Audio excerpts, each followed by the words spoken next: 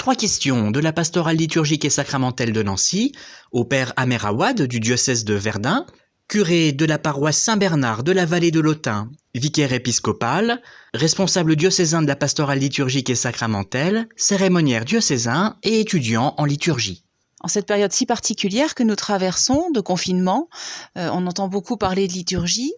Qu'est-ce que ça vous évoque? Tout dépend de ce que l'on appelle liturgie. En fait, le mot liturgie, ça peut être l'action de Dieu pour son peuple, et cette action continue, malgré le confinement. Si c'est l'action du peuple envers Dieu, même s'il n'est pas visible, il est personnel et souvent en union de prière avec les autres. Et si on dit que l'action de Dieu est l'action du peuple pour le salut du monde, là on y croit. Après, ces deux mots sont un peu contradictoires, parce que la liturgie, c'est une action visible, une participation de la part des fidèles réunis pour la gloire de Dieu. Avec le confinement, on est un peu privé de tout ça. Donc, si on prend le mot action comme acte actif, dans le sens du faire, là, on est un peu privé de cette action, même si cette action peut être invisible et personnelle, chacun chez soi. Au regard de votre spécificité de pasteur, curé, d'étudiant en liturgie, qu'est-ce que vous pouvez apporter comme regard sur la situation? En fait, mes études, j'espère que je vais terminer, vont reprendre aussi un petit peu les études de Anne-Marie Petitjean. Je crois qu'il y a un livre qui commence à bien être connu dans le milieu liturgique, pour montrer qu'il y a un mouvement de passage. On va passer du mot offertoire à un moment à la présentation des dons, qui fait l'objet de mes études en cours. Est un rite important et qui passe souvent à l'as pendant la messe, parce que les fidèles cherchent souvent leurs sous dans la poche pendant que le prêtre présente les offrandes, qu'on dit offrandes des fidèles. Donc la question qui se pose, c'est quelle est la participation des fidèles à ce moment-là. Mais bon, bref, ça c'est en temps normal et pas en temps de confinement. Mais le sujet actuel, c'est comment cette participation peut-elle se faire pendant le temps de confinement que l'on vit. Le jeudi saint, j'avais dit aux fidèles que je mettrais sur la patène leur visage, leur vie, leur action, leur être, en présentant les dons de l'Eucharistie.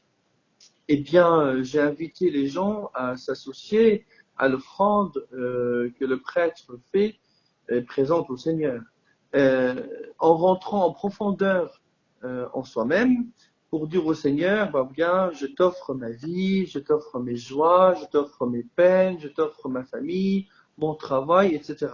C'est en offrant tout son être à Dieu, c'est ainsi que l'on devienne offrande avec le pain et le vin, pour rendre gloire à Dieu. C'est un moment de va-et-vient, en fait. Dieu nous donne et on lui redonne ce qu'il nous donne. Et en même temps, on peut approfondir cela en lisant la parole de Dieu du jour, en la méditant, en la mâchant, et aussi en priant la liturgie des heures, ce magnifique trésor que nous avons et qui a pour but de sanctifier la journée et en offrant à Dieu le don de notre vie. Donc, je pense que c'est un tout. Il ne faut pas enfermer la vie du chrétien et l'action liturgique à la messe simplement. C'est un tout qui fait que notre vie entière peut devenir offrande et don à Dieu. Et à titre personnel, comment est-ce que ça résonne pour vous? Tout d'abord, c'est une souffrance. Une souffrance pour moi en tant que pasteur, curé, de ne pas être proche de mes paroissiens physiquement, et de pouvoir célébrer physiquement avec les fidèles. Ce confinement avait un point positif de ma part, pour moi en tout cas, il m'a fait rendre compte qu'un curé est fait pour son peuple. que la raison d'être d'un curé, bien sûr, c'est la prière, la parole de Dieu, l'Eucharistie, mais c'est pour le peuple et avec le peuple. Donc, vivement que cela soit terminé pour retrouver chacun ses ouailles, pour enfin célébrer les mystères ensemble. Parce que notre religion et notre culte, nos cultes catholiques sont naturellement communautaires, et comme dit Jésus, lorsque 2 ou 3 sont réunis en mon nom, je suis là au milieu d'eux. Donc là, c'est la part de souffrance. Mais d'autre part, quand maintenant on va dire union de prière, maintenant on sait ce que c'est. Je trouve que ce confinement nous a permis de mieux comprendre cet aspect de notre religion. Quand on dit à quelqu'un, union de prière, UDP, on signe souvent UDP, union de prière, eh bien maintenant ça devient concret. Troisième chose, moi, en tant qu'oriental d'origine, j'ai invité mes paroissiens à vivre cela et à penser à tous les chrétiens orientaux, à tous les chrétiens du monde aussi, qui sont privés de la célébration eucharistique pour diverses raisons tout au long de l'année, alors que nous, on a cette réjouissance de nous retrouver comme on veut dans un pays de liberté. Donc voilà, j'avais cet aspect-là où j'ai rendu mes paroissiens attentifs aussi à tous les chrétiens qui souffrent pendant toute l'année de diverses raisons. Et quatrièmement, la créativité. Je pense que chacun de nous, prêtres, selon ses charismes et sa manière d'être, a pu rejoindre ses paroissiens de divers moyens techniques, technologiques, pour être proche, le plus proche possible de ses paroissiens.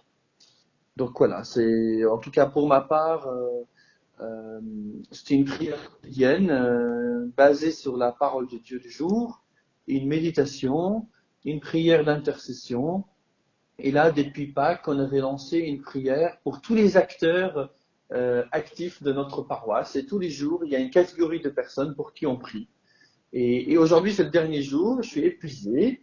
J'ai plus d'intention pour l'instant au niveau paroissial. On va élargir nos intentions à partir de demain au niveau diocésain pour tous les acteurs de la vie diocésaine. Je comprends l'impatience des catholiques et des personnes en général de se retrouver entre amis, en famille, pour des repas, pour des célébrations aussi pour nous, de nous retrouver tous ensemble pour louer le Seigneur. Mais j'invite tout le monde à la retenue, j'invite les paroissiens et les gens qui m'écoutent à la patience.